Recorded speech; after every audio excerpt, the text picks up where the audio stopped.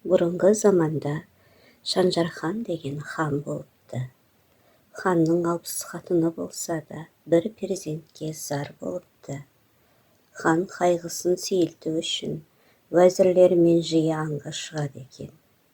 Бір күні хан нөкерлерімен аңға шыққанда, алдарына бір киік кенеттен тап болады. Хан нөкерлерімен киікті соңынан қуа жөнеледі. Садақтармен қанша атса да киік тигізбейді. Қашып келе жатқан киік тау қоршауында тұрып қалады. Ханға сонда нөкерлері: «Хан ием, қараңызшы, киіктің мүйізі ай тәрізді» деп айқайлайды. Хан оған мән бермей: «Қоршаңдар, жібермеңдер, атыңдар» дейді.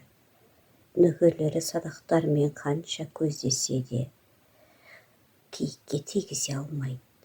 Сонда оған хан таңырқанып: «Киік кімнің жанынан өтіп кетсе, киікті сол адам ұстау керек, ұстамаса басын аламын» дейді. Сонда киік ханның қарсы алдына жақындап келіп, көзіне тіке қарап тұрып, үстінен қарғып өтіп кетеді. Хан сонда: «Айтқаным айтқан, енді өзім қуып жетемін» деп киікті қуып келе жатып, атының аяғы шалынып тасқа құлап, есін жоғалтады.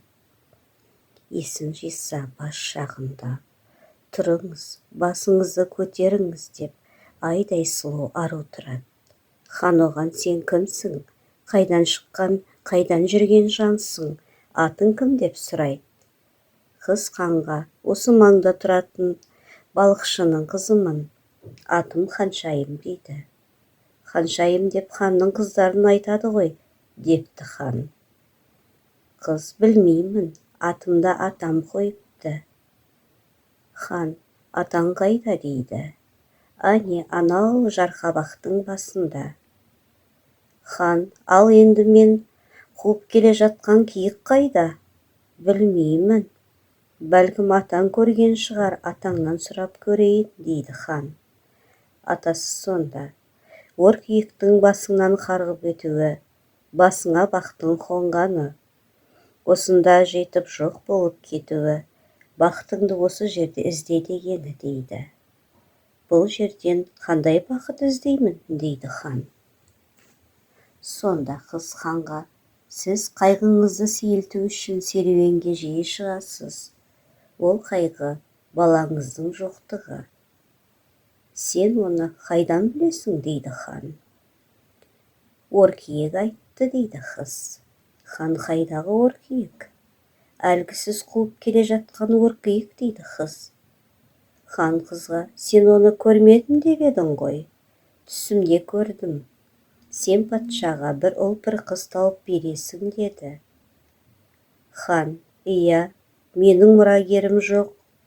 Егер сен бір ұл бір қыз тауып беретін болсаң, мен сені жар етемін» дейді. Қыз сонда: «Ұлымыздың аты зарлық, қызымыздың аты мұңлық болады» дейді. Хан: «Оны да ор киік айтты ма?» деп сұрайды. «Мен саған үйленем. Бір жылдан соң маған мұрагер сыйламасаң, мынау дарияға лақтырып жіберем» дейді. Осы кезде артынан нөкерлері де қуып жетіп ханды: «Амансыз ба, хан ием? Мына адамдар қайдан шықты?» дейді. Хан: «Құлап жатқан жерімнен мені мына қыз құтқарып алды. Мен осы қызға үйленем. Ол маған 9 айдан соң мұрагер бір ұл мен бір қыз тауып беремін деп уәде етті». Уәзірлері сонда: «Хан ием, бұл құдай емес қой, бұл сиқыр ғой, сиқыр» дейді. Хан ашуланып: «Бас уәзір, той қамына кіріс. 3 күннен соң осы қызды дариямен алып келіңдер. Той алдында Ханшайымның шатыры тігіліп, барлық жөн-жоралық жасала берсін» деп әмір етеді. Мұны естіген бәйбішесі: «Хан ием бізді қаралап тағы бір тоқал алмақшы. 60-ымыз бірдей бедеу емес шығармыз. Хан кінәні өзінен іздемей ме?» деп шамданады. Ал қыз перінің қызы дейді. Хан иеміздің басын айналдырып, сиқырлап тастаған. Егер ол бір ұл бір қыз тауып беретін болса, хан бізді бір жолата ұмытады. Бәріміз сол ханшайымның күніне айналамыз деп арамдық ойластырады. Ханшайым солай қайық үстінде толқынмен ордаға келіп жетеді. Хан ханшайымды күтіп алады. 60 әйел ханшайымның қолын сүйсін деп бұйырады. Осылай ханшайым жүкті болады. Ханшайымға хан: мен осы жасыма дейін нәресте дауысын естімеген едім. Сен босанғанда жүрегім қуаныштан жарылып өліп кетем бе деп қорқам. Менің кәрі жүрегім сондай қуанышты көтере алмас-ау. Мен бұлай деп шештім. Уақыт таяғанда уәзірлерді ертіп аңға шығам. Тұзды дөңнің басына шатыр тігіп, қуанышты хабарды сонда күтем дейді. Ханшайым: мені де өзіңізбен ала кетіңіз. Мен қорқамын, бәйбішеден, 60 әйелден бәрінен қорқамын дейді.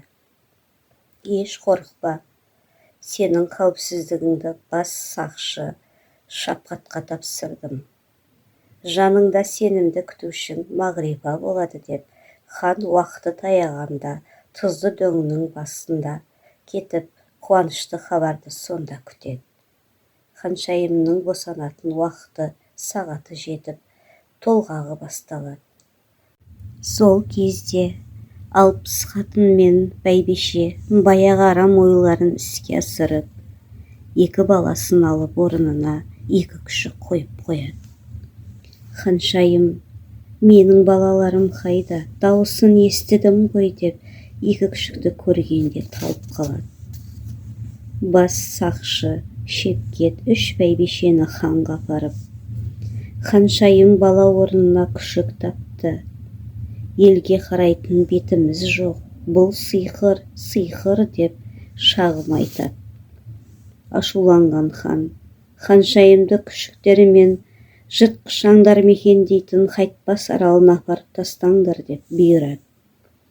3 бәйбішесі ханшайым туған балаларды мұстан кемпірді шақырып суға ағызып жіберуін бұйырады. Сол кезде баяғы ор киік келіп, нәрестелерді аман алып қалып, өзінің ақ сүтін беріп тау-тастың арасында асырайды. Ал ханшайымды өзімен бірге ағызып жіберген күшіктері жыртқыш аңдардан қорғайды.